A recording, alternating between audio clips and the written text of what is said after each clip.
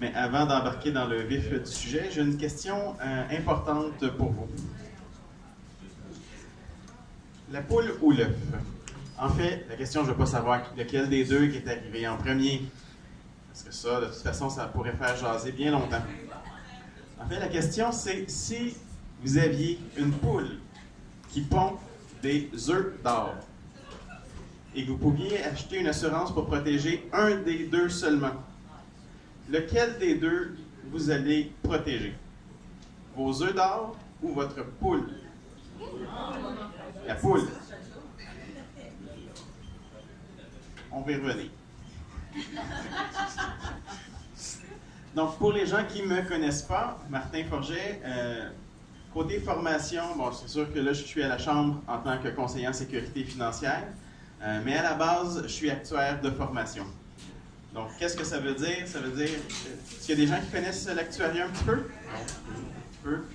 Donc, c'est une formation en mathématiques et en finance.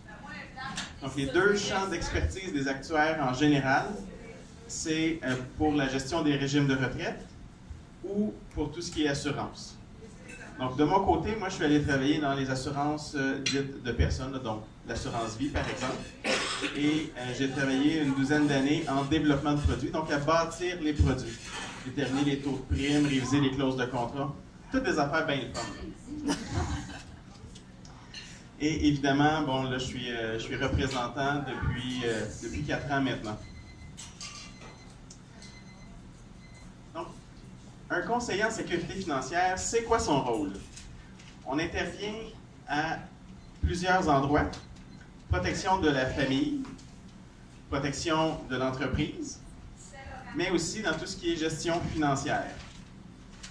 Donc, concrètement, si on y va un peu plus en détail, ça veut dire qu'on peut toucher à un petit peu tout ce qui est là. Donc, l'assurance invalidité, de l'assurance vie, de l'assurance maladie grave, également tout ce qui est placement, REER, CELI et compagnie.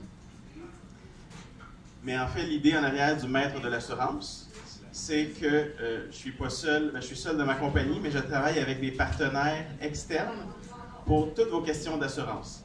Donc, si vous connaissez des gens qui ont des problèmes avec les inondations, ben, c'est pas moi qui peux les aider directement, mais je travaille en partenariat avec quelqu'un qui s'occupe d'assurance auto, habitation et même assurance entreprise.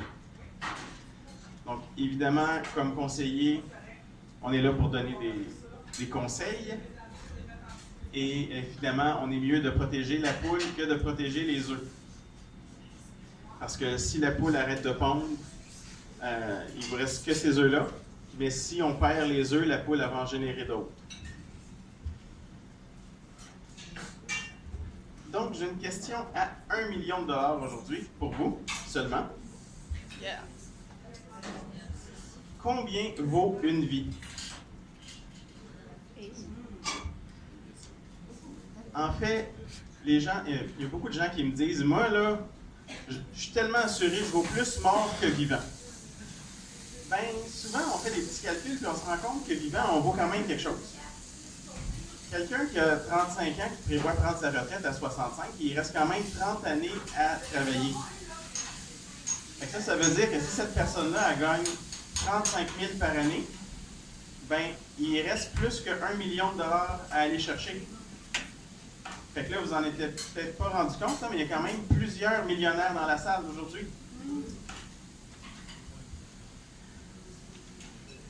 Ce qui m'amène à parler d'assurance invalidité. Donc, qu'est-ce qu'une assurance invalidité? L'assurance invalidité assure un revenu au cas où l'on deviendrait invalide et incapable de subvenir à ses besoins. Ça, c'est la définition de la CAF, l'Association canadienne des compagnies d'assurance de personnes. Donc, assurance invalidité, c'est là pour qu'est-ce qui se passe si je ne suis pas capable de travailler. J'ai quelques petites questions quiz pour vous, pour voir si vous connaissez bien les assurances invalidité en général. Donc, une assurance invalidité, ça vient avec un délai de carence habituellement. Mais qu'est-ce qu'un délai de carence? J'ai même un choix de réponse pour vous aider. Donc, en A, c'est la période maximale pendant laquelle on peut survivre sans venir déjeuner au restaurant Le Saint-Laurent. Ou la période d'attente avant que ne débutent les prestations d'une assurance invalidité. C'est B, oui, vous êtes sûr? Oui, c'est effectivement B. Donc, quand on a une assurance invalidité, c'est pas parce qu'on est invalide que ça commence nécessairement le jour même.